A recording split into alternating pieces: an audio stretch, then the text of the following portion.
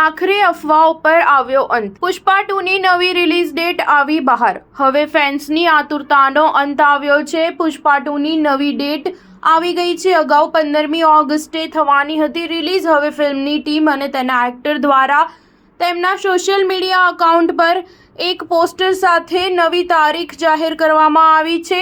6 December 2024માં થશે Pushpa 2ની release. સૂત્રો પરથી મળતી માહિતી મુજબ ફિલ્મનું લગભગ 1 મહિના જેટલું શૂટિંગ હજુ બાકી છે। ત્યારબાદ ફિલ્મને પોસ્ટ પ્રોડક્શન માટે સમય જોઈશે, જે 15 ઓગસ્ટ સુધી પૂર્ણ થઈ શકે તેમ નથી।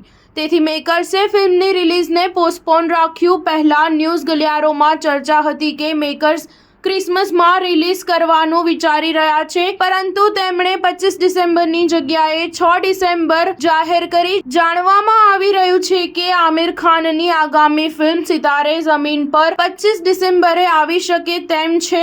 આમિર ખાનની ટીમે થોડા દિવસ પહેલા જ સોશિયલ મીડિયા પર ફોટો મૂકી તેમના ફેન્સને જણાવ્યું હતું કે તેની આગામી ફિલ્મનું શૂટિંગ પૂર્ણ થઈ ગયું છે।